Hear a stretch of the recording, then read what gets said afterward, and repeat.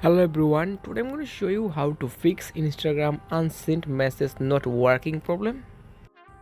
Okay, let's start the video. Now first open your phone setting, scroll down, tap on apps, search Instagram, tap on Instagram, tap on storage, tap on clear cache and tap on clear data and tap on delete.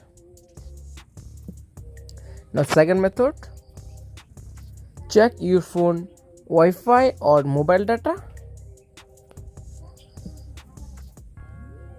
Open your Play Store app and search Instagram. Tap on Instagram and update your Instagram app. Now tap on update.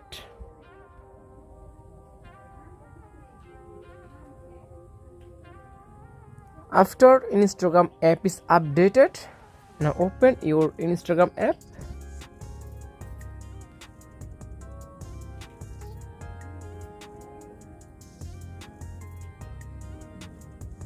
Now send message.